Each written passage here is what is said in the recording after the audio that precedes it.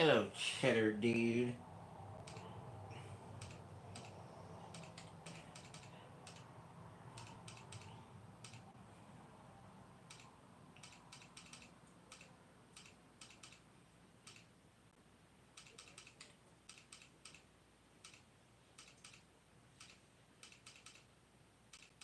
One second.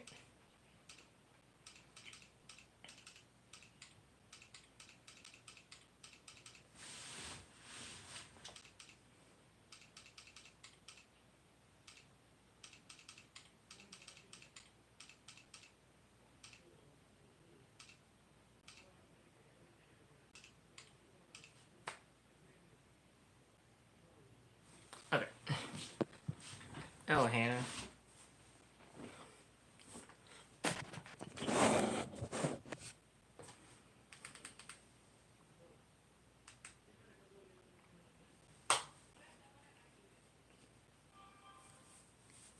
So everyone's doing good on this little Sunday.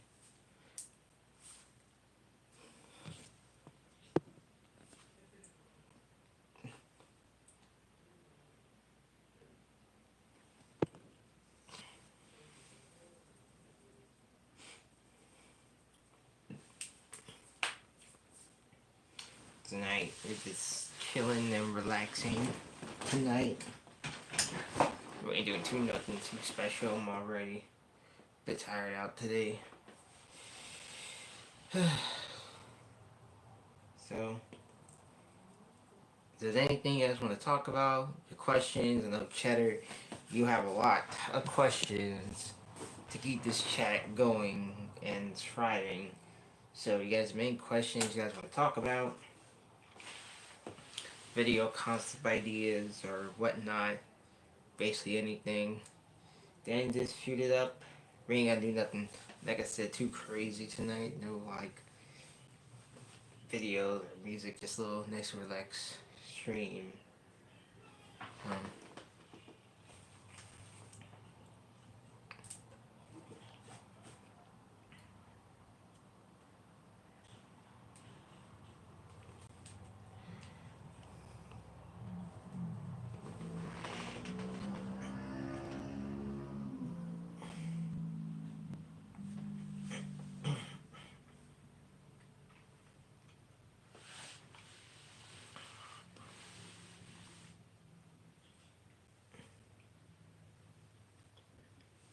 I got something. Okay, good. You got something. So do you know that the Muppet Sex and Violence, an early Muppet Show plot, turns 50 this month? Um, didn't know that. And to be honest with you, I did not know that. Now, I did see Sex and Violence. I actually seen it before a long time ago. It used to be on YouTube, if I'm not mistaken. But I know clips of it. It's up like here and there on YouTube. And which that was the second pilot that they worked on for the Muppet Show as well. Which the first one was the Valentine's Day show, which is on YouTube. So Sex and Violence, that was an interesting one that really they did work on. Um, a lot of people barely talk about sex and violence when it comes to like Muppet type content in a way.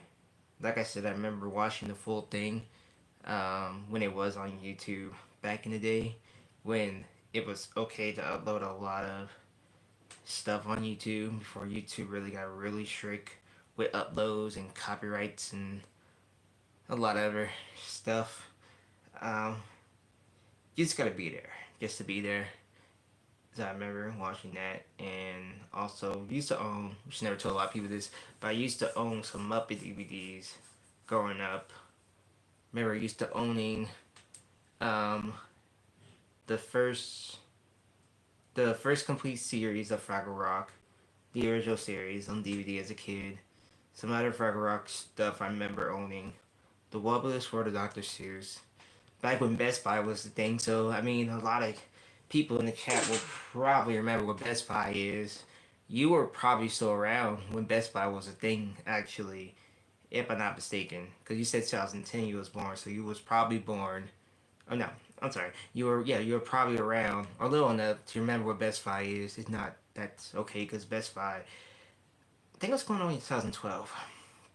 I don't remember, but again, it's one of those things like you just have to be there in that moment to like witness it. I used to own the Muppet Wizard of Oz on DVD, um, and Muppet Treasure Island, which Muppet Vision 3D was like when not Muppet Vision 3D, Muppet Wizard of Oz and Muppet Treasure Island gave me to my love of Muppets actually. So those two movies, well, that movie and that TV special, that's how I remember watching and started loving the Muppets. So um, that kind of got my start. But then I used to own the two seasons of the Muppet Show, season one and season two. And I remember in season one, they always had these bonus features for like different stuff. And the season one DVD had the sex and violence actually in the bonus feature, which also too as well. I used to own some Almost World DVDs as well. um, to mention that, I used to own some Alma World DVDs. I used to own those too as a kid. So yeah, Sex and Violence. It's great, great little special that they did. Again, I wish it was on YouTube. Like, there's like clips here and there. You can like find it, but you can't find like the full thing. And I know Disney's not gonna like put it out there because it's obvious. Like, there's a lot of hurdle jumps they have to pull. At the same time, they have to really get through in order to get to that special.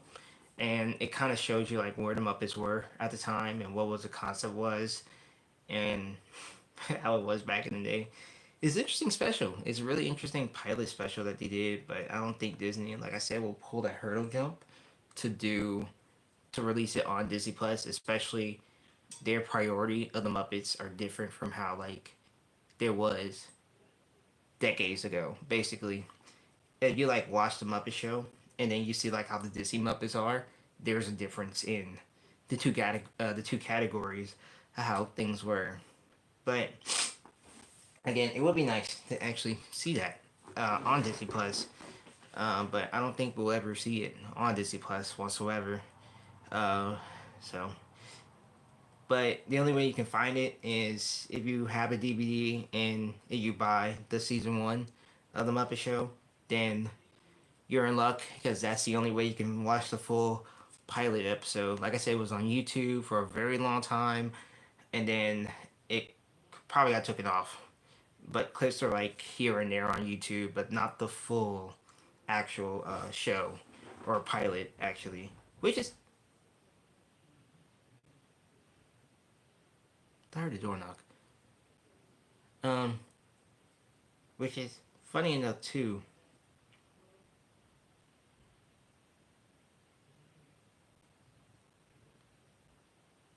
I feel like I heard something. Anyway, so it's funny enough too, as well.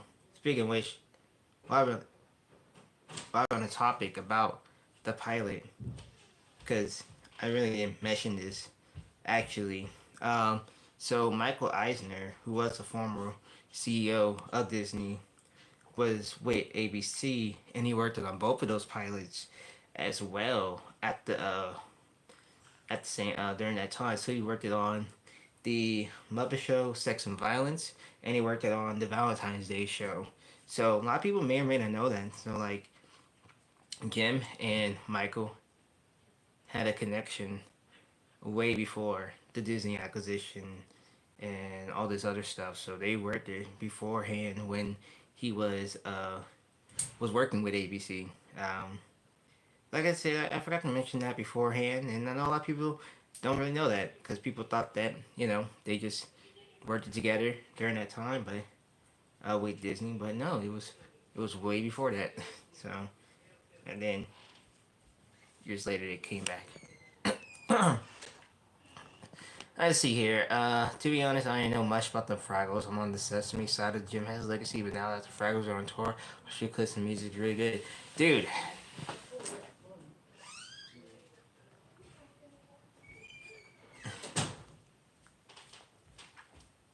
you definitely gotta look into Fraggle Rock. Like,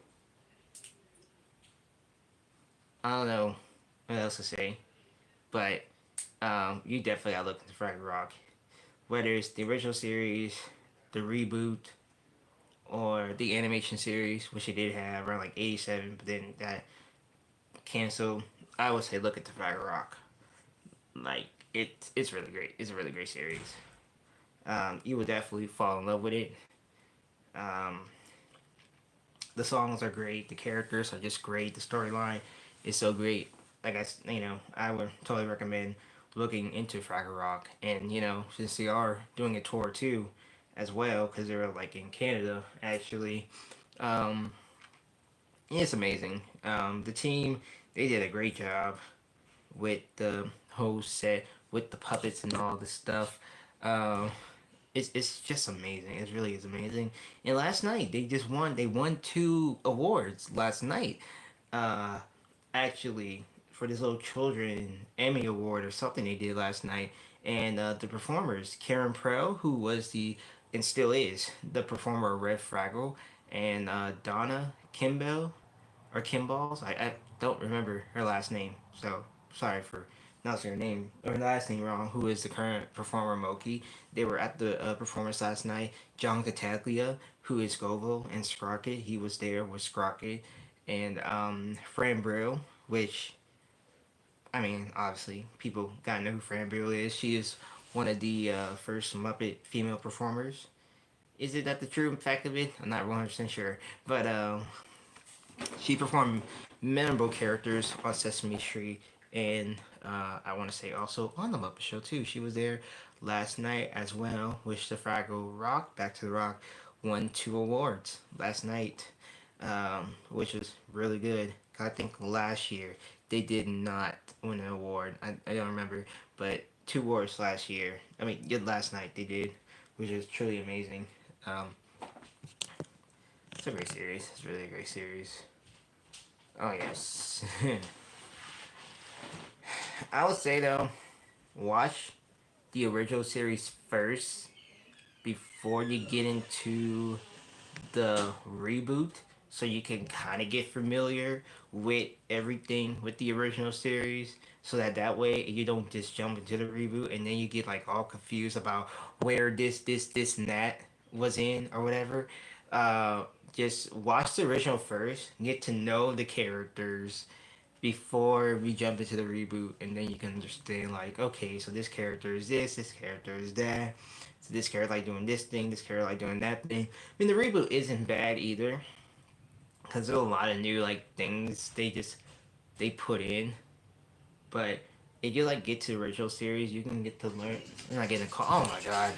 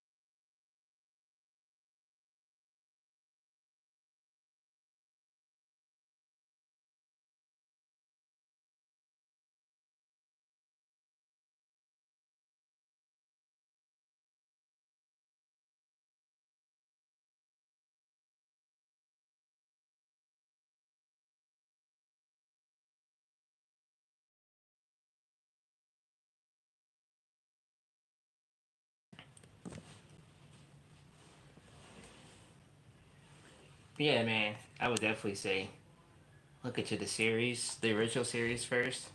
There's an anime series, and I think it's on YouTube. Let me look real quick. I remember watching that. And then there's this other one from like 2020. It was called like Fraggle Rock Rock On. I wouldn't recommend that one much. because it was just like during COVID and all. But yeah, I'll say watch the original first before hopping into the reboot.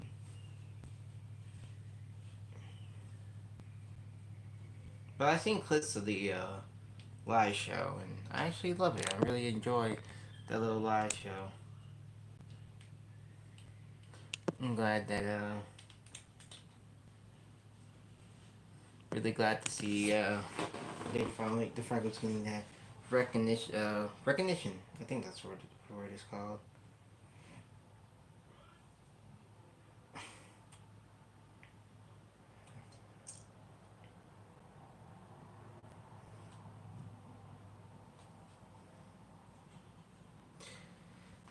It wasn't. I don't know how to explain that one because I don't think. No, yeah. So, but that one they did record it at their homes. I remember watching like behind the scenes clips. Some of, not if not all, was recorded at the homes. I think some were, well, with Matt at least, was filmed like of the outside of the studio. Cause I know like they have to like deliver the puppets at like the performers' homes at the time, since again they couldn't really rent out like a big studio and film everything. And I know like Chuck E. Cheese is like the exact same thing when it came to like their little fun breaks. Some of them were just filmed like at the actual home or just shot in like the backyard. Like Bella's Garden, for example, was shot in like literally somebody's backyard, maybe Matt's backyard. I know some of the Chucky ones was shot in Matt Daniels' backyard. I can't remember the rest were filmed at, but I know some of them was like filming somebody's home during that time. But it was just like I, I think Sesame Street was the same thing too, because Sesame Street, if I'm not mistaken, did the exact same thing. If I'm not mistaken, they probably did. Because I know a lot of shows that use puppets went ahead and filmed. They had to film inside their home, so I think, yeah, if I'm not mistaken, Sesame Street was, yes, it is. It's not coming to me a picture of Peter Lynn's performing Ernie at his house. And so yeah, for that they just had to like either pick up the puppets or they just got delivered at their house. And after they were done, they got sent back to the company since like they can't use them for that, and since they're still property owned by the company themselves. So yeah, everything was filmed at the home since everything was in the studio base, and then they just had to do what they had to do to just film from their home, which was a really tough time actually. But at the same time, they were willing to get everything done and out for everything done in time for to put on YouTube and stuff. Even though at the time, the newer episodes of Sesame Street were still like being aired and stuff, so it probably didn't take them until like to film the next season, either months later or so. Um, which I know that was also hard too because you had to like literally wear masks. Where the performers themselves had to wear masks underneath the characters too as well. So if there's a line speaking, they'll have to take their like masks off so they can speak in their character. So, but I mean, you want to check out Rock On, you can. It's just that it was just some little series thing that the company just wanted to do just to bring back, and that was interesting. And so now here we are. We have a reboot that's for 2 seasons. Will we get a season 3? I mean, that's really up to Apple TV. Plus, um, we'll see. We will definitely will see. I'm just hoping when the tour is done, we can probably get started on the season 3. But I don't know yet. Yeah, it was really cool for them being like in different rooms and stuff. It was pretty creative too, really creative during that time, and at least shown from like content for it. So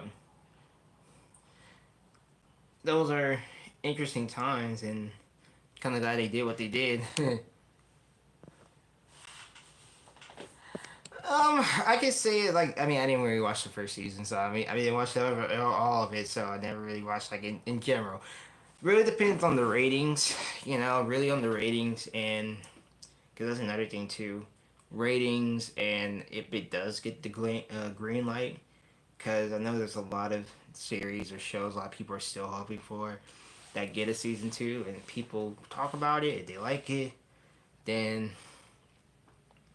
yeah, it'll get the green light, get it going, and it'll come out. But it all depends on the ratings and what everybody's feeling and stuff. Basically, all that business acquire.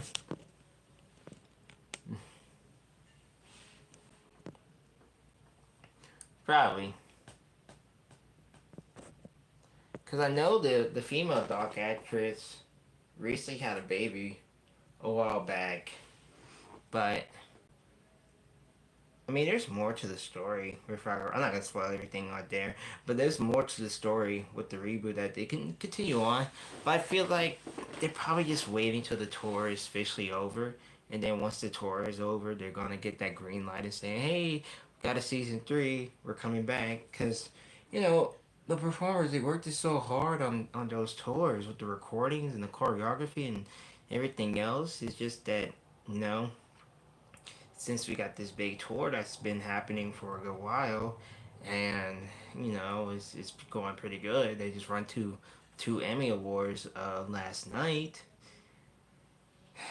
I feel like now it's like okay, well just I'm really thinking that maybe after the tour we might get a season three. That's how I see, but anything um, anything can happen between now and then, and I know John and the rest of the performers, they are ready for season three, and they're ready to tell new stories again and new songs and stuff. Um, there is also talk of a movie too. It's potentially a movie. I know that's been laying around for a very long time, like a Fraggle Rock movie. Hopefully, we get to see the light of day with that as well.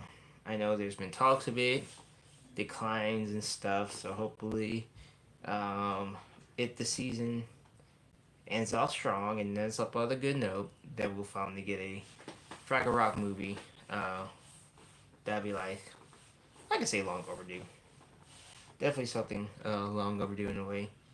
But I can tell you one thing.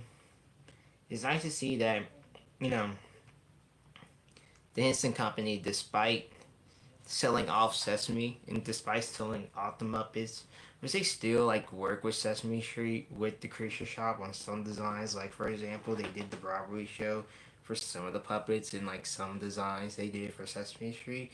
But despite they like selling them off to their own brand and selling off to Disney, it went from like two sides of the third company doing pretty good and well. Now it's like Sesame Street is on the verge of getting, got sold off. They're laying off their employees. They're looking for a new home. This whole series is about to change up. And the Muppets, they just had a good series, and then they just went back on the shelves. Supposedly for Disney's anniversary, they're gonna have something with the Muppets. Disneyland's anniversary, they're gonna have something with the Muppets. Now we're losing Muppet Vision 3D. We're getting a new Muppet ride. A lot of stuff is just happening, and then you got the Henson Company over here just like doing good. They're just doing the right thing to carry on with Jim started and Jim created, while the other two are just hanging on this thread for a very long time. I mean, the Muppets are kind of really what's hanging on the thread for a really, really long time since the buyout, and now it's like, you know, well, what's next? What's really next for it? Like what's next on the list that that can be done? I know Matt Vogel and Eric Jacobson attended the Disney Cruise Line around December, which damn, I was kind of mad about that. Actually, I found out like moments later. I think moments later, found that out that they did a little Disney Cruise Line with the Muppet characters, and Um, when they like interacted with the characters, made this little special show and stuff. Watching his video about that as well, and I was like, oh, damn. If only we had the money for a Disney Cruise Line, and um, if it came down, and if I got to see that, I would record literally everything of all the performance from beginning to end and upload it to YouTube and stuff. But it's cool though. It's cool. Um, um, as right now, where the future that really holds for them is just really unknown. I wish the best is that Sesame Street finds a new home for a new streaming service, and I just hope that Muppet Vision 3D, despite it going away in about like 2 months from now, literally in 2 months, just for March, and we're getting a new ride as well. I just hope that Muppet Vision 3D finds a new home, and do not be on Disney Plus because we do not need that whole film on Disney Plus. But I hope something good comes out with the Muppets very soon. It's just I know Disney's so focusing on like bigger projects and stuff, and there was like this rumor report saying that like Disney was gonna make like a new Muppet film and all, but that turned out to be untrue. Um, but you know, I just wish we had something new with the Muppets. The new series could easily work again, but it really all depends on what character it is. A lot of people say reboot the Muppet Show, but you can't just reboot something that was already that's already great. Um, Muppets Night tried that concept and really had a different perspective of it, which wasn't bad. But all I can say is, I just hope for the best for those characters and all the performers and stuff. I just hope that Disney actually find a way to really bring them back to the new light. Don't get me wrong, the Aerosmith idea is not a bad concept. It's really not. I just hoping that that ride or whatever they do for the ride, comes out really good and great and not really shabby or cheap or whatever the heck they tried before. There's a lot of things that Disney could do for the Muppets to bring them back into like the public light. You still got your fans that still care about them and all, but only time will tell. So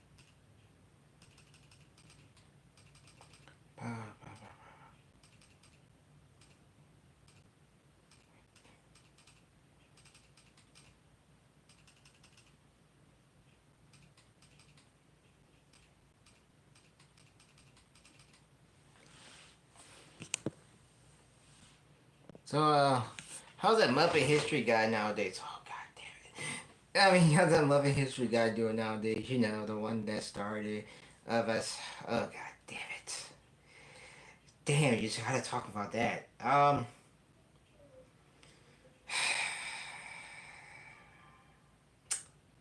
going for the hard hitting questions tonight, boy. I'm proud of you. Look at you, go you. Yeah, Muppet History. So he's still around, obviously. Um,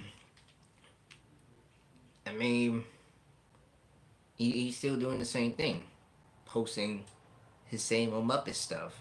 And there's one thing I noticed about Josh a lot is like he reposts the same stuff over and over again.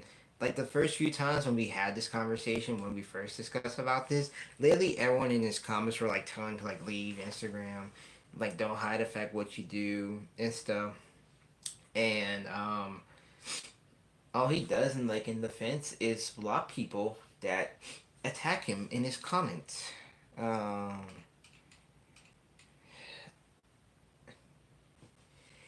and yeah, like he attacked people. I mean, he blocked people in his comments and stuff. But again, Malone's pop, who is also Megan, she made the same post again on her story. Made repost the same post on her story, as well, just friendly reminder to people about with Muppet history.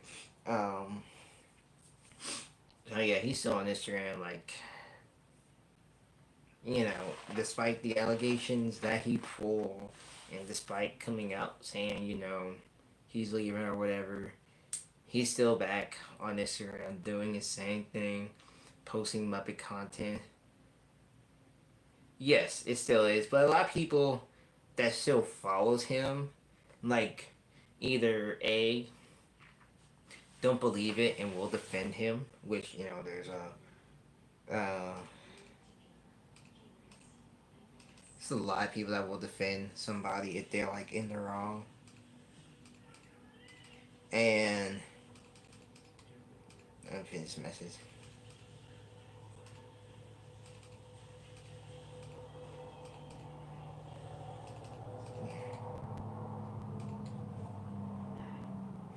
Yeah, since like I said, a lot of people will defend him because they stand down on it and stuff, which is like a lot of people that went ahead and defend him for his actions and prove that he was innocent during his time.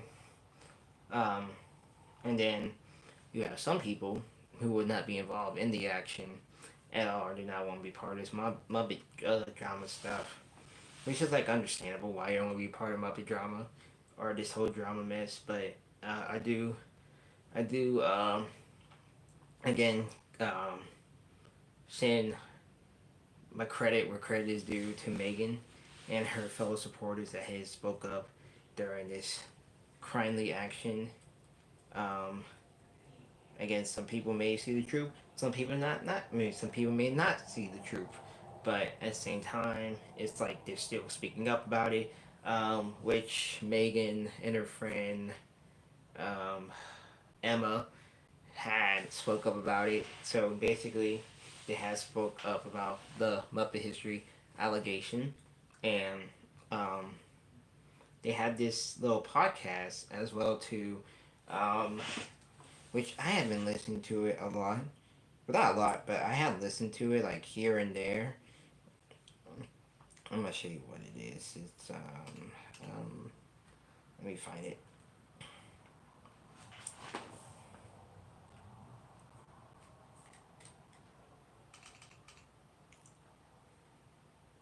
It's called the Dreamers Connect podcast. This is run by again Emma and Megan. This is their little podcast that they do. Basically, they talk about various Muppet stuff, and it's just amazing. So like you're into like all this, they're chit chatting, whatever. I'll make a post about it too, as well, because they're at like 877 subscribers. So so this is what the little podcast is, the Dreamers Connection podcast. So right here where it says the Muppet Wizard of Oz, or you're digging it. This is where they spoke up about most of the Muppet history allegation right here. I didn't watch the rest of the episode. I remember they were chatting about it right before they went into the whole TV special. So, like I said, I'll make a post on it as well. Uh, like their channel. So, like for those who want to check it out, definitely would check it out. I've seen the first episode. I need to finish number two and number three. Just never finished it much, but they are so great. They are so amazing.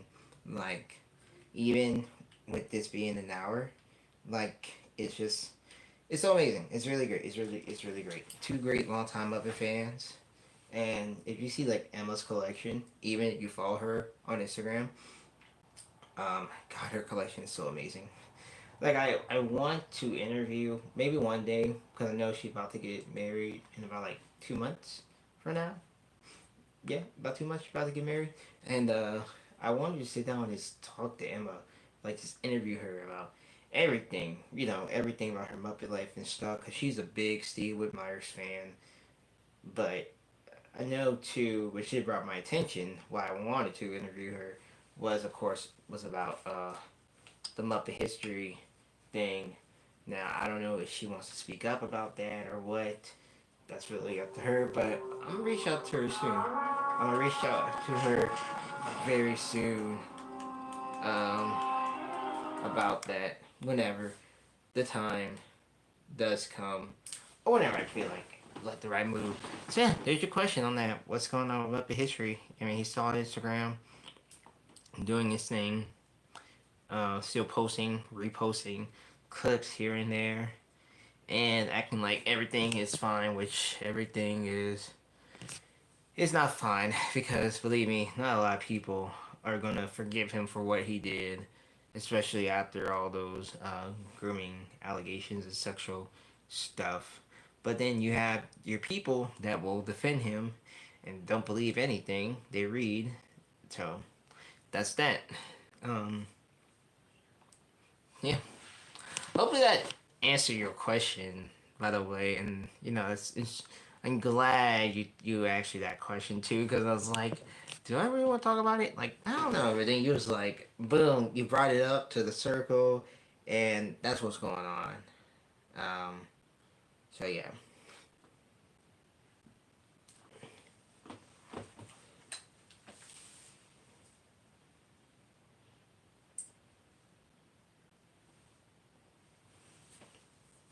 But like I said, I don't really associate myself anymore with Josh, and I know Josh is like a self-centered type person too in his whole community and stuff.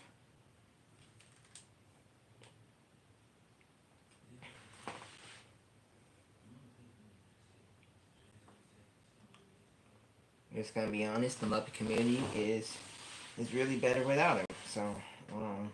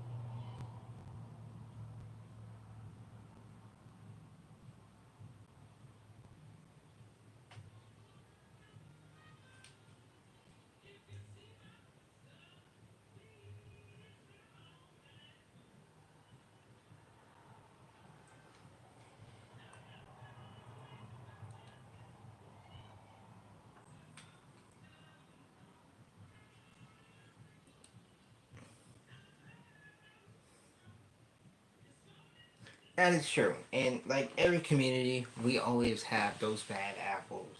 So it's just sort to show you, and I think we talked about this the other night in the stream. I do not remember if I don't remember what stream this was, by the way. But a lot of people think that Chuck E. Cheese has like the worst community ever because of how toxic it is with children and these fandom members with groups and this, and that. But it's like, no, it's not just the Chuck E. Cheese fandom. That is like literally the worst fandom ever. Or the show is Chuck E. Cheese show is community fandom in general because they have gatekeepers, groups of people, all this other stuff. No, it's every community you're gonna have that one person, one or too many persons are going to have like that worst community member. Like it's going to happen. Like literally like. Alright, I'll put a prime example. Michael Jackson community. I'm not really part of the Michael Jackson community, but I know someone who is part of the Michael Jackson community, and like again, I like Michael Jackson. Like, I'm a big Michael Jackson fan. I'm not going to be sitting here as a diehard Michael Jackson fan. And this kind of goes the same thing with Chuck E. Cheese, but I want to talk about Michael Jackson for example, for a second. Like, literally on my Instagram and TikToks, I have seen so many Michael Jackson fans, and it's great. I love to see other fans talk about MJ, this and that. But if you're like a really die hard Michael Jackson fan, I hate those type of people, those diehard fans that shove anything Michael Jackson down the people's throat. Like literally can have like a whole debatable conversation talking about like some of the worst Michael Jackson songs and some albums. This album was great or this album was better.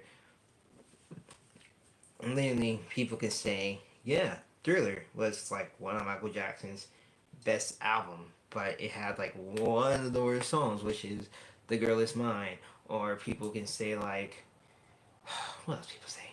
Like "Invincible" was one of Michael Jackson's worst albums because of how Sony was making it, or something like that. Okay, I get it, and then some other stuff too, right? It's like the simple BS. Sometimes it just gets to me. It was like you guys are really fighting, and I think it's mainly the music, if I'm not mistaken. I think what from I seen the most of all is like mainly the music, and it's like, bro, y'all really judging over Michael Jackson's music right now. Like y'all sharing, I mean, it's cool to share opinions. Not gonna lie, it's cool to share opinions about like this should have been in this album, or that should have been in that album, or this should be king of this one. But I'm like, y'all really fighting over songs, saying which album is the best album. Like, there's a reason why Thriller is uh, the best selling album ever. Like, literally. And then, I don't know, bro. It's this goes same thing with Chuck E. Cheese. You know, you can't just say that Avenger is the best error because Duck and Brandon carry Avenger and all these other shows, this and that. Again, I like Chuck E. Cheese, but I'm not gonna be this die-hearted fan to where it comes to like I'ma shove Avenger down his throat or down your throat and make you, held you at gunpoint and say, listen here, you motherfucker, you better listen to all these goddamn Avenger shows or else. And it's like, no, you're making this point away and saying, oh, Avenger is the best, Rockstar is the worst, and 90s is mid. Which I would not say 90 is mid. I would say like Peace Sign Theater, at the most, maybe late Peace Sign Theater. It's kind of mid or whatever.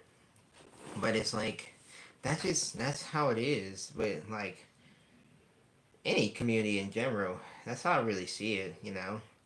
That's how I put like the comparison as like you got your diehard MJ fans that will shove MJ down their throat and say anything about MJ, especially you speak bad about Michael, right? You can't say one simple thing about bad about Michael and not then oh no, your MJ hater, I mean your MJ lovers are gonna say something about MJ. If you say one specific song that is not your favorite, like for example, let's get a prime example here. If you're going to say I do not like Thriller. And then next thing you know, all the MJ lovers are going to come across you and literally chew you out for saying, why are you dissing the song that carried this whole album? Or what's another MJ song that a lot of people listen to?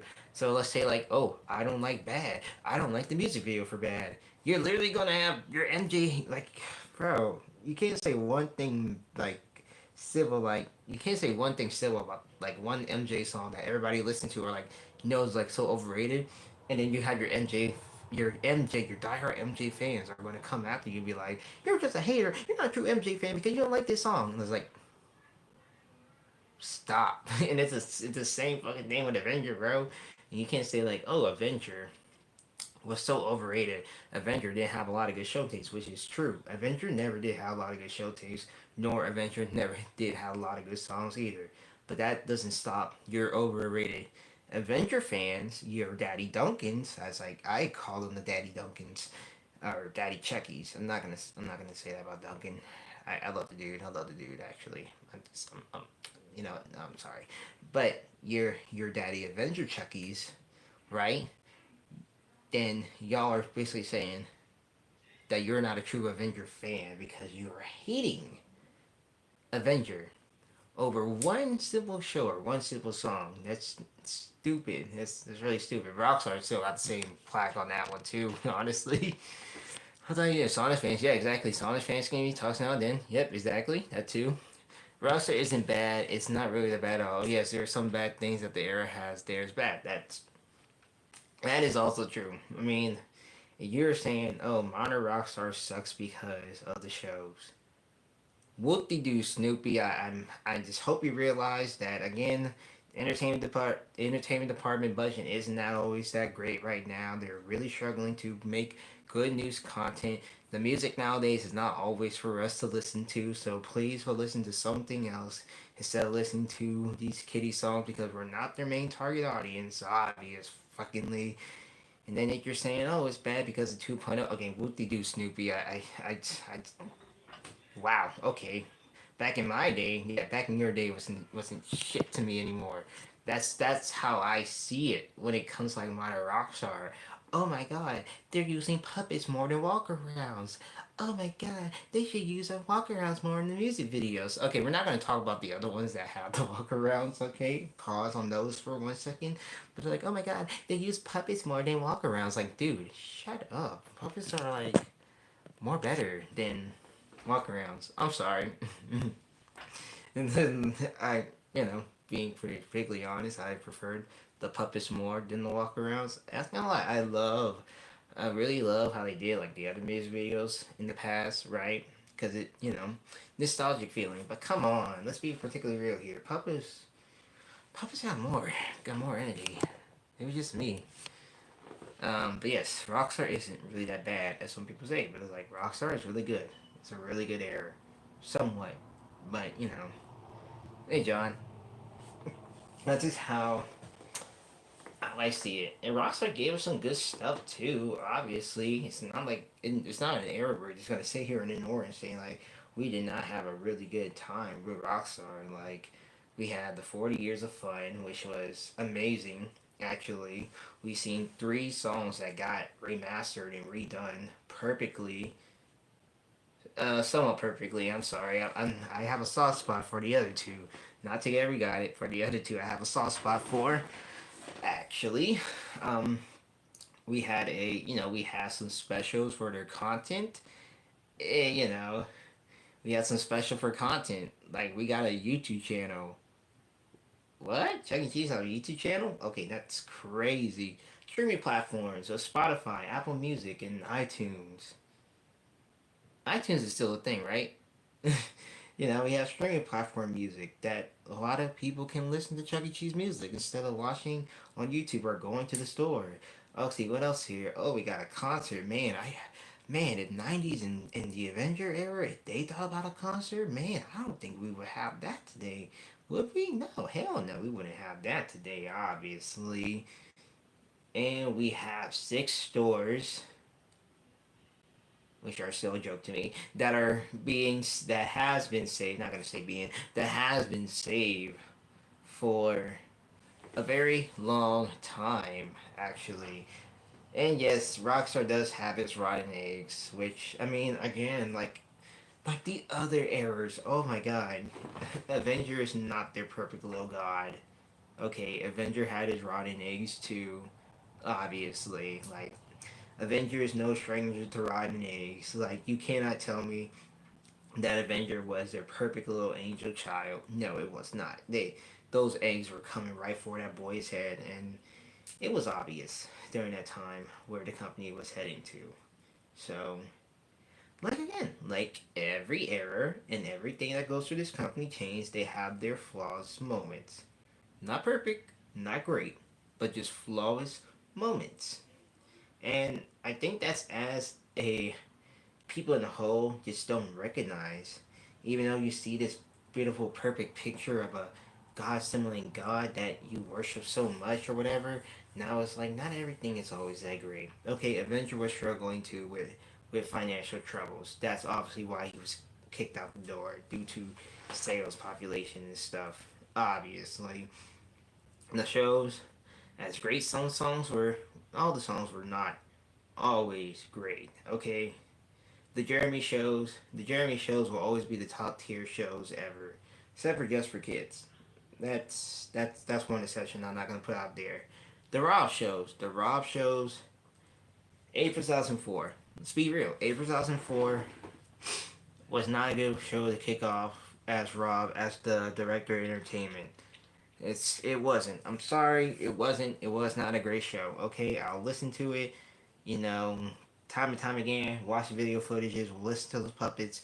It wasn't a great show. It was not a great Rob show. Um, then of course you have September 2005. Segment 4 was really stupid.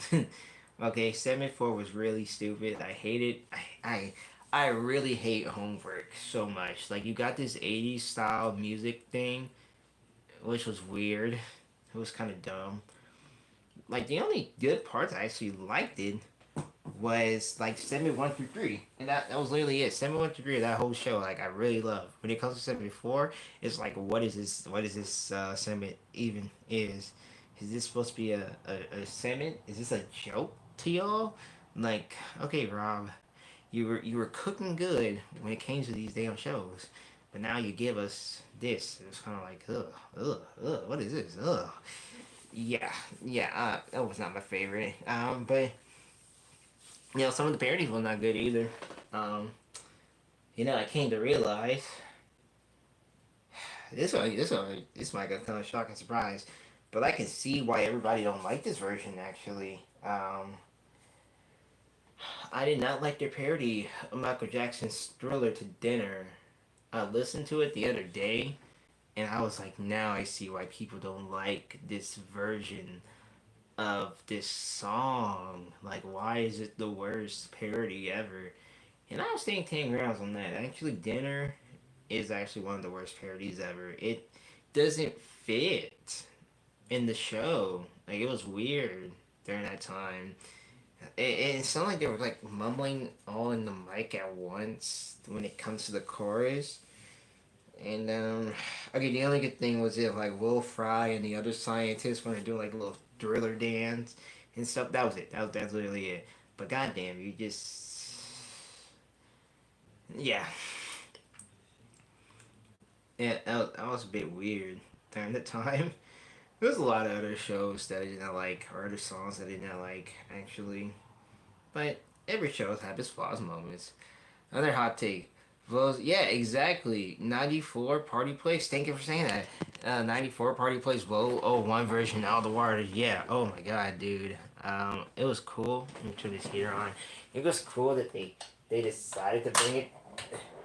They decided to bring it back, but oh god, there's another reason. Like, look, people want to hate on Rockstar from remaking songs. No, Avenger was no stranger to remaking nothing, and Avenger never learned that lesson. Oh, one Party Place was so horrible. It was trash. It was so trash. Like, god damn, leave 94. Why we gotta do this? Why we gotta do 94 like that? It was okay where it was. What was another one that the remake from the 90s that wasn't so great? Oh, I remember now. Dog Jamming. Oh my god. Dog Jamming. No. Well. Well. I still like the 94 one. It was nice to see Jeremy actually like voice jazz from that one. But he sounded like he had more energy, but I'm sorry. Why we gotta do a great classic like that one? That was like, come on, man. Stop touching something great that was like good. Here's another one too that they did, and God, Studio C, I'm coming for you. Okay. Hip Mouse was actually really good. Hip Mouse was a good song for Chucky. Both him and Mike actually killed that song, so I'm getting that a pass. Cheese Pizza is pure delight. What the fuck was they thinking getting Chucky those lines? And I get it. It was Studio C. It was still new at the time. And of course, you can't really give it to Jasper because, like, that was the first time you showing the puppets. But oh my god, dude. Really?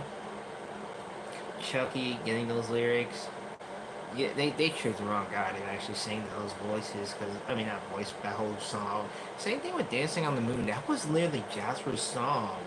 Like, why would you get that to Chucky? Why would you get a good song to Jasper? Not only that, but remake the damn song, which you know what, you nope, don't touch something that was already fixed. That was a good song. Bob Wicks killed it, and then it's just, why would you just do that, bro? That was weird. I didn't like both versions. Like Dancing on the Moon, both versions, Chucky and Jasper for '99. Oh god, it was so horrible. It was so bland. I was like, ugh, damn. Chucky's Place actually was really good. I actually like the '04 version, actually. So I'm getting that a nice little pass, actually. Going on a Picnic, bro. Summer 2003, they did a good job reworking that song around. I was like, God, the '94 version sounds so kiddie. It's like, going on a picnic, lead the right away. If it doesn't rain, we'll stay. Like, huh? Like, god damn, lunch. It's like one of those little kids shows that you just watch in the living room and you just go so hyped up about it. It's like, oh god damn it. This is not a show. This is I don't know what the hell this is. Baseball Diamond Dreams. Leave it to '94. Damn, what is wrong with this company? Like, leave it to '94. '94 actually has some good stuff. Okay, Baseball Diamond Dreams. Leave that thing to '94, please. Thank you, Lord. In My Pool is my favorite. And now it's on my phone. But In My Pool is my favorite song. In My Pool, both versions are really good, and I don't care what anyone says. Rockstar and Avenger did a really good job with both of those versions. Fun. Both versions was really good. Summertime. I hated Rockstar. I hated Rockstar so much in that song. It's like Chuck is over voicing everybody in that damn song. Like, shut the fuck up for a second, Chuck. Damn. God, it's so horrible, dude. I'm trying to think what else. I actually like the Going on a Picnic. The Rockstar version was really good. I love when Chucky did like, Chuck E. Cheese. Like, oh, now you're getting funky with us for a second there, buddy. I like it. I really like it. Barbecue Adventure version was really good. I did not really mess with the Rockstar version much. You know, that was me. I prefer barbecue over dinner time. That's just me on that one. Um, let's see what else they did. Good old Summertime. Both versions are good. Oh god, that one was so good, bro. Chucky over here in that, little ad-libs, vocals. Okay, Chucky over here in the mic. SPF. God, I hated SPF. I mean, Rockstar version. I hated that. Chuck talked too damn much in the damn show. Like, this is supposed to be Munch's only song in the song. I mean, in the show, and you just talking too much, bro. Like, shut up. That's why you know Chucky did not give two fucks at all about anything about what his friends were singing. Like, he would just literally, like, the whole song. Like, you just gotta listen to the whole show too. Like, this dude was literally talking while Munches is singing. Like, dude, shut up. Let everybody, like, shut up. Sing when you're supposed to sing. Like, god damn. I don't need that. I don't need that. And that plays a huge part of future Rockstar songs too. It's dumb. It's dumb and ridiculous. But going with 2013 too, let's talk about. Oops. Let's talk about the. I got my phone. Let's talk about January 2013 songs. And there you go. Drop it again. That's why the screen is kind of like moving a little bit. Anyway, 2013, January 2013. Rick Farican was great. Bike Ride. Love it. Pizza Oven was good. I hated to sing a song. I hate the snares. The snare is horrible. Same thing with Get Down on It. The snares in that one is so horrible. Crocodile Rock. Jared vocals in Crocodile Rock killed it. It sounds so much better than the '05 version. I love that. I really love how they did that one. I'm trying to think of the redoes that they did for like Chucky during that show. What else they did in that show? Everybody Wants to Rule the World. I love that version. I love it. It sounds so much better than Duncan's version. Like, Duncan got good vocals, but man, hold on. Jared over here. Jared saying, "Look, I'm the new voice of Chucky. I'm gonna tell you guys how it's really done." That was That was a good song. That was a really good song right there. Anything else that he did redubbing wise? You're right. I am convinced that they wanted Chuck and Bolaño, didn't know how to do exactly. That makes a lot of sense. Talking about, hey, Helen, who's this? Shut the fuck up, damn it! Stop interrupting these damn songs. Oh, neat. Like, bitch, please. That's how it is, bro. I feel like they just put Chucky in the spotlight more. Like, if they just run in this hole in the song or in the script where it's like, oh, we don't know what to do. What we're gonna do? Let me add Chucky in and write these lyrics down. Like, let me add Chucky in. Like, dude, you could easily put Munch, Jasper, Pasquale. Like, it could have worked. Stop putting Chucky in everything. Chucky don't need to be part of these songs. And it's like, it's stupid. Like, I hate it. I hate when they just add him in. Like, stop. Back in the Avenger days, this was not a thing. But now, Rockstar's in every single thing. And it's like, can we not? Can we really have songs with the characters? Just have songs with the characters? Happy You Know It, I don't know if that counts. I mean, it's actually good. It's like one of those public domain songs. I think. Chucky's the main character. Yeah, exactly. He's like the main character. And it's like, dude, we get it. It's your place and all, but come on, bro. Get your friends to sing a song. Be nice, honestly. I mean, I can't really speak much on the holiday songs because I actually like the album version better than some of the 2012, 2013, 2012, 13 sort of version. So, yeah.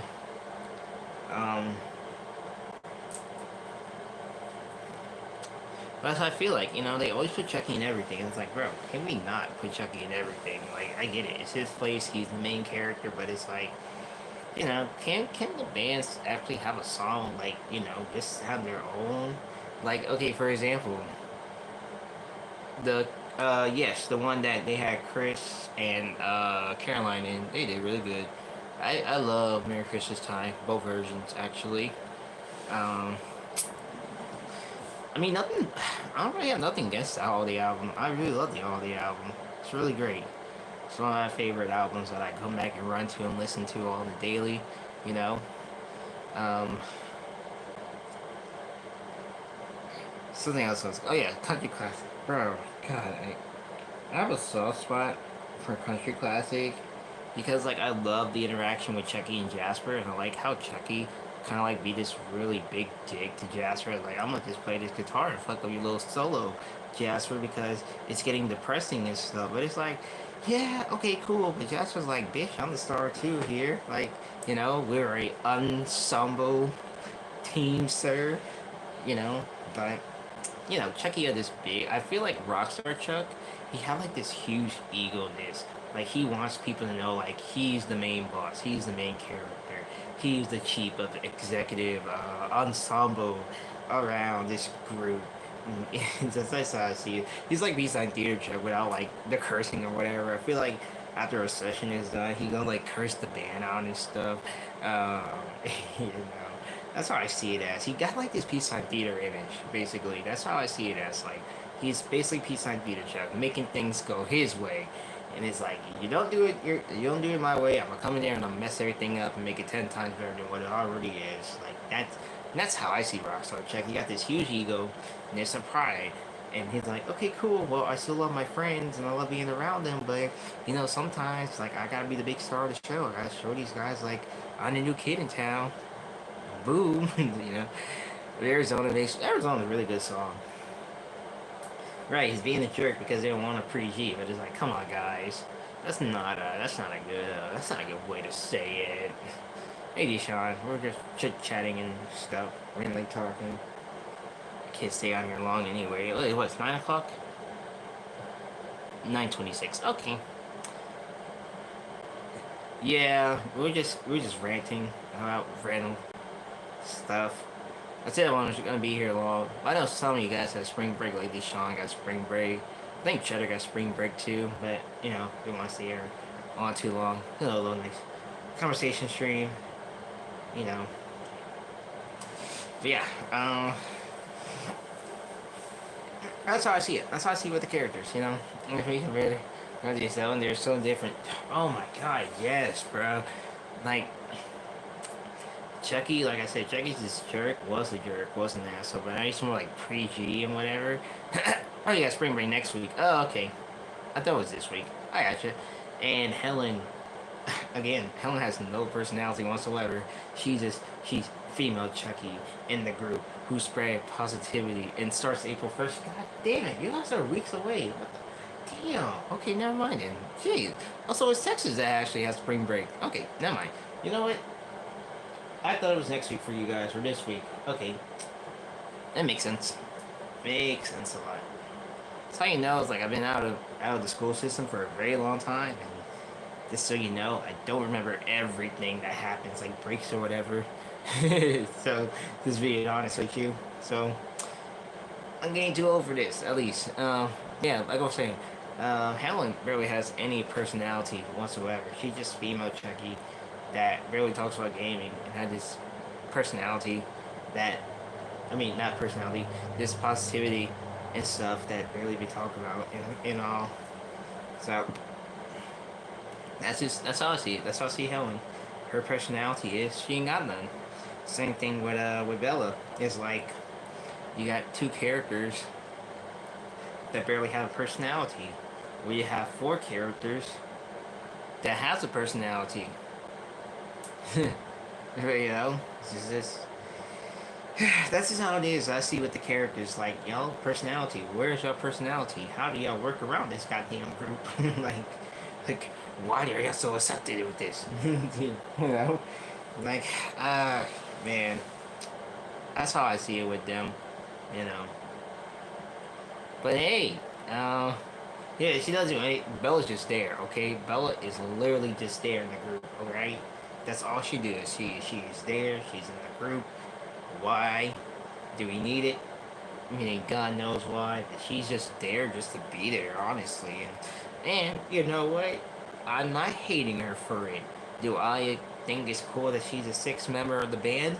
Hell no. Do I still think that 5 is good enough? Hell yeah, because that's what we grew up on. Obviously. But I feel like she's just there just to be there. And that is okay with me. And I guess I'm fine with that. I'm not gonna sit here and say it's cool we have a sixth member. I'm okay with her being there, honestly.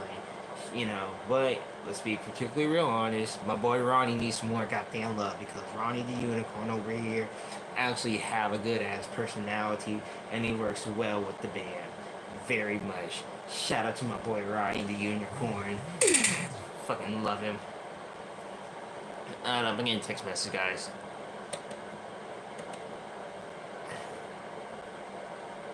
Oh shit, there's it works. 1 second.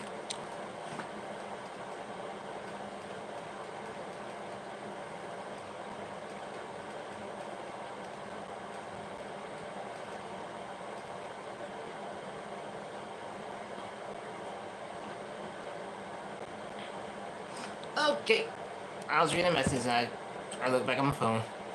So the thing about Crushy too, is that when Crushy is another example that did have no personality. Yeah, I know that kind of sucks, doesn't it? But yeah, the reason why Krusty was booted out because like he didn't have no personality during the first show or the first era at least. You know, 'cause yeah, Chucky was the main AC. Country, I mean Jasper was the redneck smoking canine dog that laughed a lot.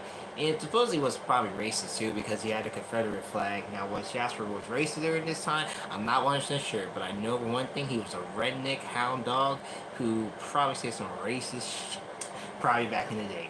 Probably so. Look, he's a hound dog. He can say anything. He was the fruitcake dog that one mouth could say literally anything. But I still feel like he was a racist. Just saying. Redneck, racist country dog means a lot, honestly. Yeah, so he didn't have any personality, at least, in the show. Which is weird, because I think he could have worked it out very well. I don't know. I'm not the guys who write all that stuff. Uh, we don't talk about that, okay? We do not talk about... We don't talk about what he said, alright? We don't talk about that. We don't. We don't know that. We don't associate with that thing, whatever that thing is. All right. It's called cancel culture. No, I'm just kidding. Yeah. I love Melody of the South, despite the fact that I'm literally hearing a goddamn dog talk about you gotta bend down, turn around, and pick a little cotton for me. What the hell is this dog talking about now?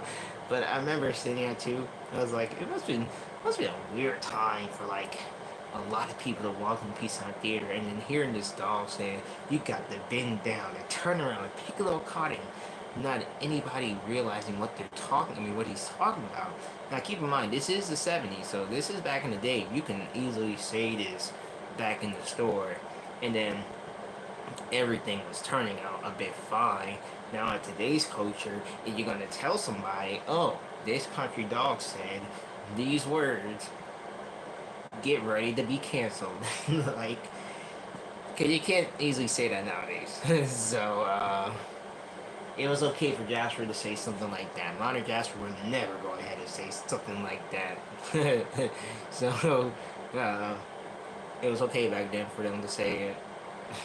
I just want to know people's reaction to it back in the day. Like, did people laugh it off? Did people just find the dog like it? Did people find the dog extremely racist for what he said about Cotton? Like, I just want to know what was people's reaction during this time. Like, did they laugh it off, or they just really thought that Jasper was like so racist back then that he literally told somebody to like bend down and turn around and pick a little cotton? And it's like, well, it's one of those if you know type of thing. So yeah, slavery was a real thing back then too. Thank you, Jasper, for reviving something from the dead that a lot of people we didn't want to hear from you. But then again, this is you we're talking about, so the OU at least. No, I love these ideas, Jasper. He was so funny and but yeah, that'll happen with Krusty. I mean, I'd love to see him bring him back. Actually, you know. But what he'll do, I mean, I really don't know. But we got Copernicus. Copernicus is just there, just to be there, at least. So, yeah. But I'm not highly convinced that, like, in Costume Party, like, literally Mr. Munch, dressing up as a cat, had to do anything with Krusty. So, I had no intelligence on that one. Yeah, there was something else in the '70s. Honestly, bro, like, man, they said some of those crazy as shit back then. Literally talking about, oh, we're talking about Fifi, how she was a famous pussy in Paris. And I was like, man, y'all really got away with so much stuff back then. What a time to be alive. And then you had a cigar and smoking rat animatronic. Like, hey, man, '70s was a good time to live in, actually. It's just like I said, it's one of those things you gotta be there just to be there to like witness greatness and all the other stuff. So, which I know a lot of people may or may not remember too as well. Scott Wilson, who was the voice of Mr. Munch in Chuck E. Cheese, and who else he voiced? Oh, Uncle Pappy. He actually visited Peacetime Theater actually during the time when it first opened in the area. I remember he explained the story. He was some buddies of his at this gas station, and he said one of his friends mentioned about this Peacetime Theater place, and that's how he found out about Peacetime Theater. Yep, Uncle Pappy. I think of another character that he voiced, but I was like, wait, shit. He only voiced 3 characters. Uncle Pappy. I love Uncle Pappy. Someone commented on a video of my Uncle Pappy audio. They're like, let me guess, Uncle Pappy was in Mofford. I was like, no. Not in Mofford. Like, if we would know that by now, I think if we heavily documented by now, that we would know that Uncle Pappy was at Mofford, because everybody thinking Mofford was a big old store where everything was tested. Haha, you thought wrong, kid. But yeah, Uncle Pappy. Ah, man, Uncle Pappy. I had to get that out of my system.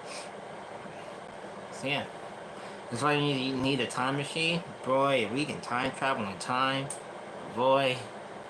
Yes, he was at some other store. I I was looking on. I remember reading the comments, not comments, but I remember reading it somewhere. Richardson, that was it. It was Richardson, Texas. If I'm not mistaken, Richardson, Texas. They used to have an Uncle Pappy in their game room, actually. So it was Richardson, Texas, that had an Uncle Pappy. Mofford never did have an Uncle Pappy. A lot of people thought so, but no. Um, I know Richardson. He was at over there. He was at the game room in Richardson, Texas.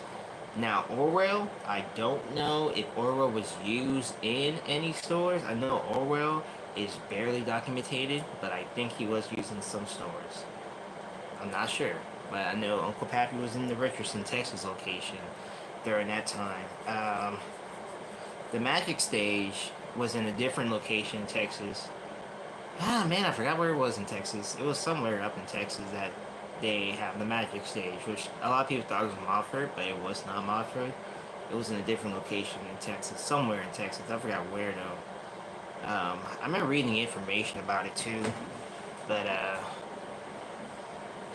can't think of the location name in Texas that actually had it. That had the Magic Stage prototype. Actually,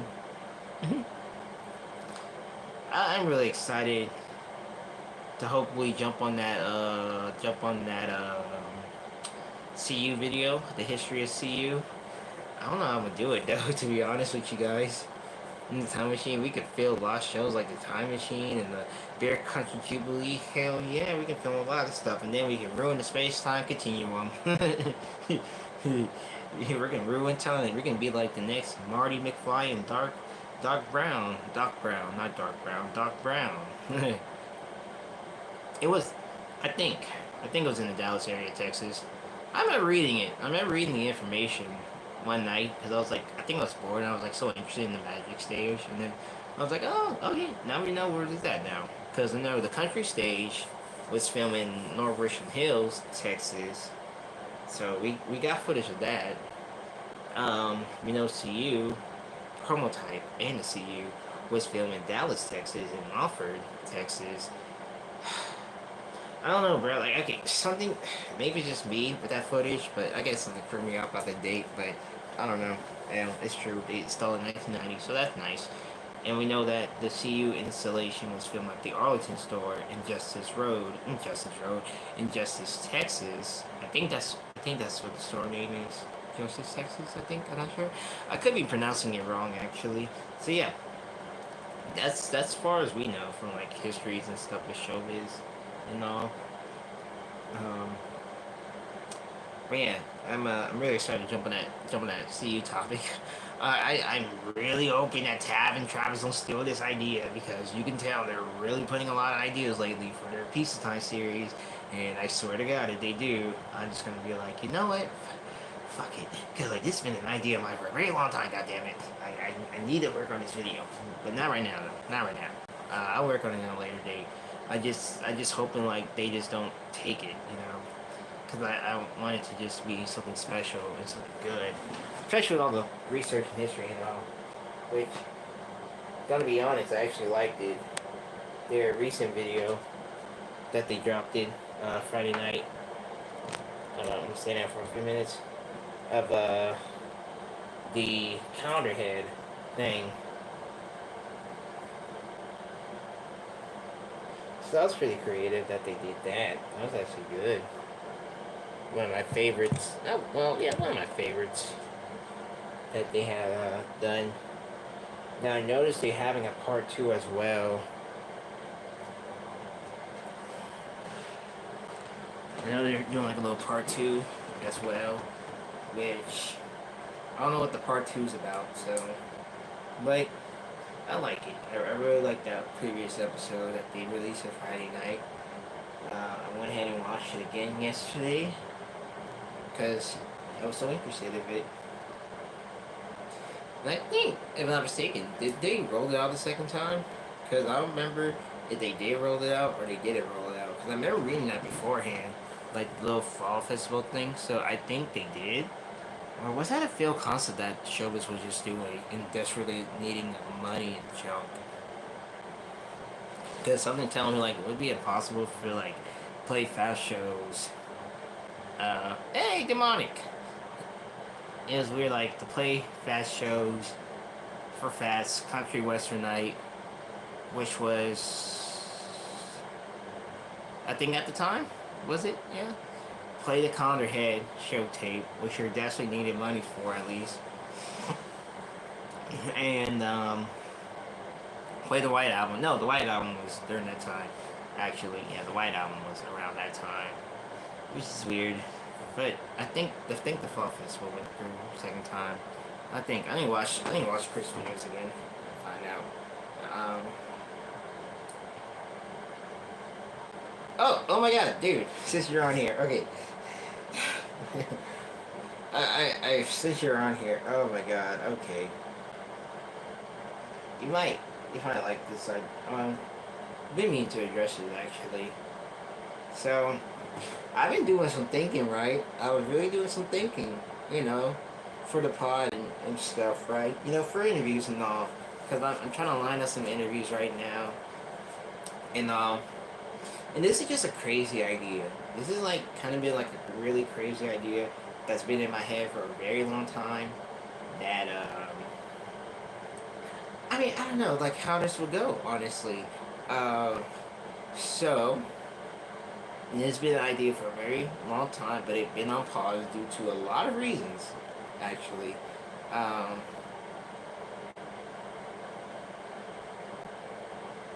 wait, what did you speak backwards? What? Oh, wow. So, anyway, I was like, you know what? I think I should have Travis on the show. You know, like, have Travis on the show and, like, interview Travis. like, I mean, despite the fact, like, you know, all the shit that went down with David years ago, all the shit demonic said about Travis and stuff with Tab, which also too.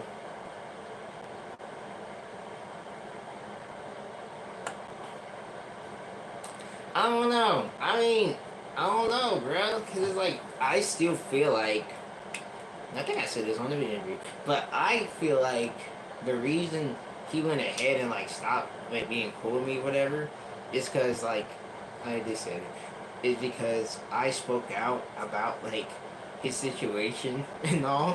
Which I'm gonna be honest, I'm like, you know, when we did the interview, when we literally did the interview on your thing, I was speaking bluntly true. I was really speaking blunt. I was speaking my own mind during like that time, and I felt like that just sounds like a setback to him. Maybe I don't know, cause I remember he just like unfriended me on Facebook and whatever because I spoke out and I talked about his current, well, yeah, his situation at time with his wife and you know stuff like that. And I keep in mind I don't really speak to Travis a lot, and I mean I still follow him like on his account like Shoshisa and his other account. I mean, I'll be down. I'll be really down, like talking to Travis and stuff, and like ask him all these questions and everything, get his point of view about some stuff that he been through, and you know all his other stuff. I feel like if that's the case, I think Tabitha's gonna find a way to like not do the interview, because you and I both know Tab does not like me for like allegations that was just like so misinterpreted or whatever, and then she will just come up. Um, yeah. Then just like feel like if I reach out to Travis, be like, hey man, look, let's just let shit bygones be bygones. Let's talk this out. Let's get the fans what they want. Like, you know, you're doing your thing. You're doing good with your channel. You're putting all this information out. Like, let's just do this interview. Like we talked about this beforehand. Let's work this interview out. Let's do it. Not to feel like if he's gonna say yes, Tabitha's gonna find a way to just like fucking ruin the damn thing, and then it's like this isn't really just talking about ratings or numbers or views or all the other stuff. Like I'm not just doing this for like clout or whatever, and be like, oh my god, I got the original guy who made all this happen, who owns like these bots or whatever, you know. Um, I mean, I could try. I could try that. So that's one thing I could do. I could try, but I feel like if I do it and like if I don't hear nothing back, then it's like, damn, Tabitha really played a huge part in this. Because again, like you and I both know, because you sent me the screenshots and all this stuff, Tabitha just don't like me, and it's like just because of what happened, that was like out of context during that time with those allegations, and then she's talking about I was associating with you and all and stuff. And it's like, okay, again, like the truth is out there. The truth is in the video. The video's out there. Everything was simply said. Now, if Travis is upset because of what I said about him and about his daughter and stuff, then I mean, at the same time, I'm just speaking my own honest truth. This, the whole point of the whole thing was not attacking nobody. I was really not a point attacking anyone. It was just me speaking out about how I personally feel during that time about what was going on with the situation. And like at the end of the day, I still have respect for Travis. I don't know him personally. Like I never talked to him like one on one, but I still have respect for him for what he does for the community. Um, Now, do I think his actions were very necessary? Fuck no. But at the same time, it's like, I really looked at this man's website for a long time as a kid. And without him, half of the stuff I have now, like audio wise, wouldn't be like a damn thing. I come to realize a lot of these people in the fandom really don't care about the truth, type of drama. They just pick out someone they hate. Yeah, exactly. Exactly. And the thing is, like, if I do, and I mean, I would not be surprised if Tab actually said some shit when the interview fucking dropped it with me and you, when I interviewed you, and some shit she said, like, fucking dropped or whatever. I mean, I know you didn't hear anything. I didn't hear anything, so like I said, I would not be fucking surprised if she did say anything whatsoever. But my thing is, like, if I reach out to him and say, like, hey, man, like, let's just let bygones be bygones. Um, let's do this interview.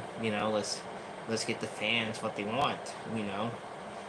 I feel like Tab is gonna find a way to tell Travis not to do it and just focus on like whatever the hell they're doing. And it's like, And at the same time, I want to get you fans or the viewers like what you guys want to see. You guys want these big names in the community be an interview and collab and whatever. Like I can get that.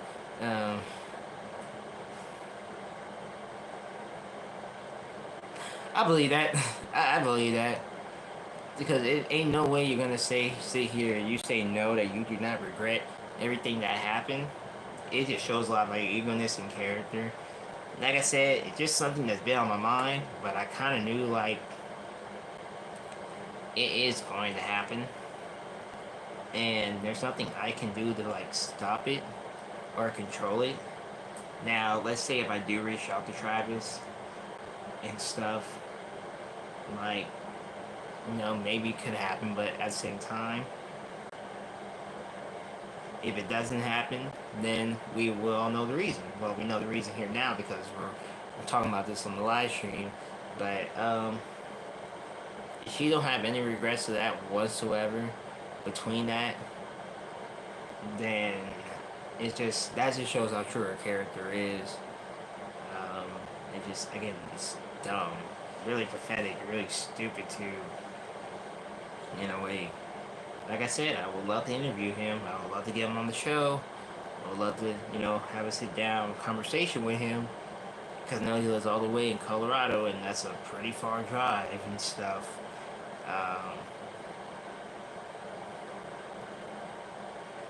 Yeah. But, I mean, at the same time, when I spoke about my troop, I was speaking on my troop about everything that was happening on my end of the whole situation. There was no attacking. There was no attacking Tabitha. There was no attacking Travis whatsoever. It's like it was just speaking my own troop, my own sort of thing. And again, if Travis felt some type of way, then hey man, I'm sorry. I did not mean to put your daughter into this whole thing. I have nothing against your daughter whatsoever. But it's like, you know, I see a weekend of one of those. Dude, oh my god, Billy Bob Con. Bro, I'm never going to Billy Con. Like, that is a far drive. I won't, no, I can never do Billy Con. Or Billy Bob's Wonderland in general. I can never do that. I seen, like, I'm like, oh my god, hours away from West Virginia. And, I mean, shoot, I would love to go. But I always tell myself, I will never go to Billy Bob's Wonderland. Because how bad that show is. And I mean, okay, I'll probably still go just to go, like, see the show and whatever. But it's just like, man, I'll never go. Like, even if the show is, like, maybe if the show's in good condition, then yes, I'll probably go. But is it really worth the gas money? No. Is it worth flying out there and wasting so much of everything? No, no, also no. But I would love to go and meet fans and whatever. But God, it was, if the drive wasn't so long, dude. If the drive wasn't so long, I could do it. I could do it, or if it wasn't hours away, I could do it. Volo Auto Museum, I love to go to Volo Auto Museum, but yeah, okay, that's another thing too. I always tell myself that too. It's like, I like how you're thinking, my man.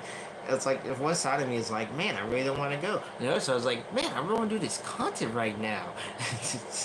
Like, I want to do this content. I just want to make content. I want to make this. Yeah, exactly. If I go to Billy Bob's Wonderland or like to BillyCon or wherever, I will do a whole vlog out of it. You know, I will really do a whole vlog out of it. I will not just to have fun and have like a experience and post it like on the social media. I will do a whole entire vlog and be like, hey guys, so we're doing a vlog today because we're going to blah blah blah blah. I'll make like a really good vlog out of it, and that's the only way I'll do it. Um,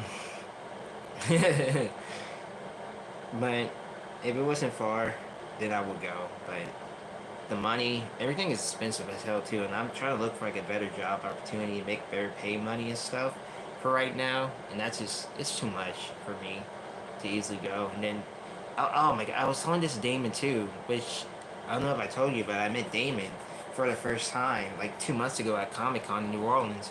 I told him like every time I want to go to Smitty's, because it's like it's a 2-3 hour drive from like where Louisiana is, my family, they always want to go do something. It's like every year we have something big planned, and it's like, dang, why can I never go to Smitty's? Like, I can never go to Mississippi to come see Damon and watch his show. I think that's the only exception I can actually make, is like, if I ever see Rocket Fire, I would have to go to Smitty's. Like, I will take 2-3 hours, um, you know. Yeah, I didn't watch the video yet. I seen your little thing. I've been meaning to talk to you about that. Put me on! That's all I want to say. Put me on. I seen your little announcement earlier on the Discord server. Put me on. Yes, I'm ready to hit you back up. I was so busy with work earlier today. And then I'm gonna watch the videos. I'm gonna watch the video after I get off the stream. But yeah, man, put me on, dude. I forgot to hit you back up. I seen it. Literally put my phone on the charger. Or maybe I was looking at my phone for a few seconds, and I see a little message, and I was like, okay, yep, put me on. We got to. We gotta run it back again, man. We gotta run it back. We definitely do definitely gotta run it back again sometime. I'm down. I am definitely down. I'm just so busy with other stuff, work, life, and you know, just let me know, and then we can work something around. But yeah, like I was saying, I'll take a 2-3 hour drive. Like I said, Volo's 12 hours away, and I would love to go see the Volo Art Museum. Do I have any pirate outfits? No, I do not. But if we make something, if we talk about something too, if we actually have like plans of it, because I can look around, not look around, I can like shop around, you know, look at some stores. I've been planning to go back to Metairie actually. Like, I take a little day trip in Metairie, actually look for some stuff. There's actually a place in Metairie. I don't remember where it is, but I remember there's this place in Metairie. I had a lot of costumes and stuff, and maybe they were just there just for Halloween, but I know that's like a long way. They had like some pirate outfits and all I remember seeing one time. But I have to look around actually. I might make a vlog out of that. Just looking around and stuff. Which, by the way, I'm gonna make a post about like what's going on with the vlogs and why I haven't really get that motivation to like film nothing yet because you know, just I've just been lazy, I guess, in a way. Not lazy, but not really motivated to just film another vlog right now. Unless you guys want me to talk about that right now, at least, and so we can save the post for later. Oh, nice, nice. But I think there's some stuff around it in the Louisiana area. I think like Metairie. I want to say like anywhere near Metairie, I would go look into. I think if we still have Party City, because I know Party Cities are closing very soon, but we do have a Party City in Metairie, and if that Party City isn't gone by now, because last time we were driving, they were about to close soon, I will go to that Party City, and I will find me a pirate outfit and buy it, at least the hat, and the eye patch, and probably a pirate shirt. But I have to check again to be sure that Party City is still around in the area because, like I said, they are all closing soon. So I'm hoping that one is still there. Yeah, they are. I remember, oh, this like a while back. We were just driving. Well, I was driving with my little sister, and I seen the Party City, and it's like closing soon, store closing or something like that. And I was like, damn it. Now you mention it, I just like crap. There's a Party City somewhere in the area. I'm hoping it's still there. Um, dang, TJ. Oh, thank God it's Fridays. Wow. Huh. A lot of places are closing because they're hitting bankrupt, dude. It's crazy. It's ridiculous. Dang. It's sad. It's sad, sad, sad where we're living in. I heard the Red Lobsters are closing too. I had to look again and see there if they are if they are not closed yet. I don't know for sure. I had to check again. I just hope Do I know Lacey? She's a fandom. No, she'll know. I think she like. Yeah, yeah, I know who she is. My good friend, Katie, who I met at the Comic Con, who was the one that sold me these or was selling these at the Comic Con event. That's on the wall. Missy Billy Bob and Chucky. She had told me about Lacey, and Lacey has a show. She has a Studio C show. I forgot what location was actually. But God, I heard so many things about Lacey on the community side. But I follow Lacey. Yeah, I know what you're talking about. She was the one that she was the one that introduced me to Lacey and told me about her. And I remember, like, I think I followed her that same day we were talking at the con, and I was like, oh, she on this Studio C show from like I forgot the location. Hope it goes well with it getting her on the show and stuff. Yeah, Kmart too. You know it's funny. You know it's funny. Not funny, but you know what's interesting? We do have a Kmart, but it's actually closed. But we actually still have a Kmart in the Metairie area. Actually, I forgot where it was, but it's right next to a J.C. Penney's, if I'm not mistaken. And the Kmart building and Kmart sign are still there to this day. So if I ever back in Metairie, I will film that Kmart, like the building for it. But that was shut down a long, long, long time ago. So if I'm ever back in Metairie again, like just doing stuff around in Metairie, if I'm in town, like just filming whatever, I will film that Kmart. I will film that Kmart for you guys. I took pictures of it. I sent it to a buddy of mine. He used to be my friend, but blocked me due to the BS that was going on with me and Chad. But he's a huge Kmart fan, so yes. Yep, yep, it's still there. I just don't remember where in Metairie, but I remember driving, and I was like, well, now the first time we was in JCPenney, I think I don't remember but we was looking for some stuff because we were going on a family vacation to Florida. And I remember the Kmart was like literally there, and I ran to the Kmart building, took the sign, took a picture of the sign and the old Kmart building, and then I sent it to him. I think we used to have a Kmart here in Homa too, somewhere. Um, yeah, we used to have a Kmart a long time ago. A lot of real ones remember Kmart. Um, but yeah, if I'm ever back in Metairie again, um, I will definitely, I will definitely go and like get it and film it or something. It's just a rare thing. I just don't be in Metairie a lot often. Like I don't really, I just don't be in Metairie a lot like I want to be because I'm always here, and that's how it is. But if I'm out and about again, doing some stuff, look for some things, and if I perhaps like say, hey, I'm gonna go to Metairie, just go do this, and I'll like try to film a vlog, make that day film a vlog, and then be like, okay, here's this Kmart that we had talked about before. I don't know, you know, I've been trying to make my vlogs more interesting, trying to find new ways to do the vlogs and stuff because there's so many things I want to put on camera and show to you guys. It's just hard right now because it's like I don't have somebody with me, you know. I don't have somebody with me to help me film these vlogs because gonna be completely real honest here. Let me go on a tangent here. Oh my god, I'm going on a tangent here. I feel like these tangent moments we gotta have. So,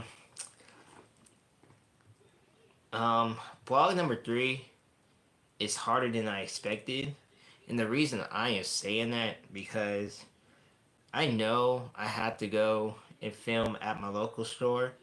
More details on that another day, I guess. But it's so hard right now to like film like a normal blog with just yourself. Like I get how YouTubers do it and they make it an everyday lifestyle, but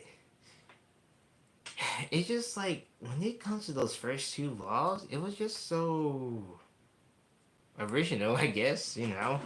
But I just miss the fact like now the fact me and we're still on, I guess we could say it's still on good terms, at least me and Faith.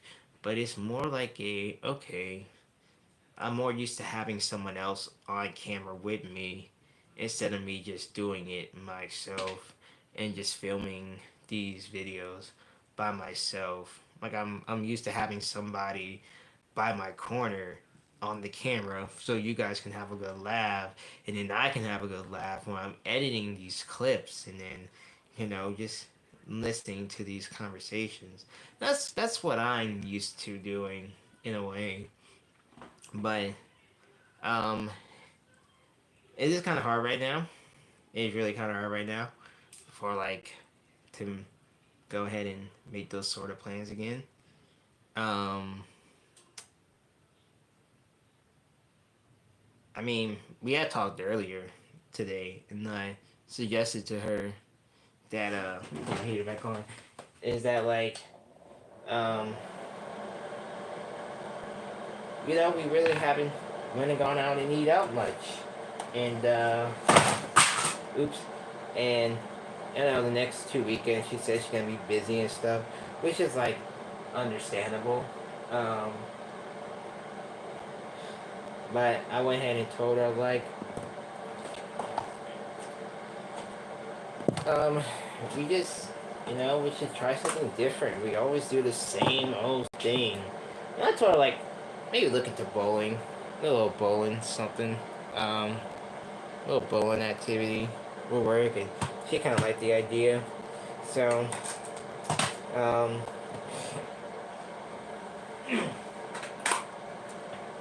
I don't know.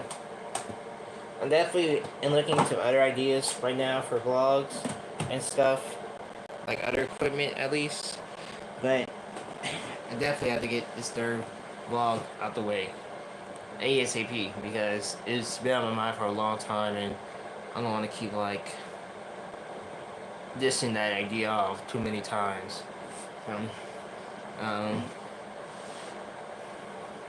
there was a Kmart that was dirty when it was closing. Really, I didn't know that. But yeah, man, if I'm back in Metairie, I will definitely film at Kmart. I just gotta remember like where it was and how to get there. Actually, well, not the how to get there because it's obvious I use like a GPS to get there. But yeah, I'll film it and stuff. I don't think I have the photos anymore of it. Um, so.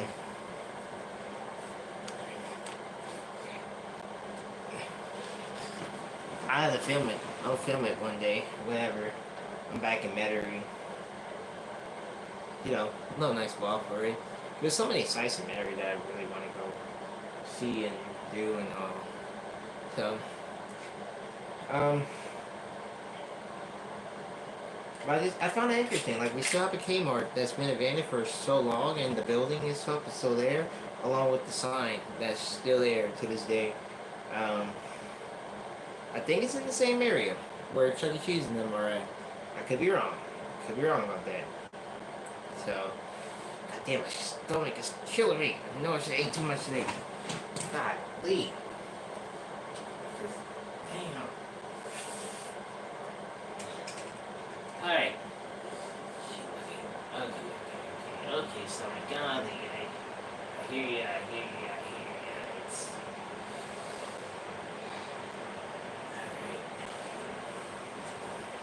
Alright, y'all. So I gotta wrap things up now because my stomach is like ready to. Stomach is really kicking in and have to take a lot of stuff out and really didn't know that. Well, I promise you guys, when I'm back in Metairie, I'll go film the next Kmart, you know. But I'm gonna cut it here short tonight because I do have to go to the bathroom real fast, and yeah, that's what the habit of eating too much gets to you. But anyway, thank you guys so much for joining in this little live stream. You know, this chill, relaxed live stream. We just have normal conversations. I feel like every live stream is really like that, but I'm gonna hop off now for the night. Thank you guys so much for joining in. Like I said, new vlog number 3 will be coming soon. I'm just gonna work some things around with the next vlog and figure out a game plan. You know, because you guys need to see new games that we have at the store and stuff, and try out the food and everything. So, you guys enjoy the rest of your night, and I will catch you all on the next stream. Bye for now. Oh, damn it.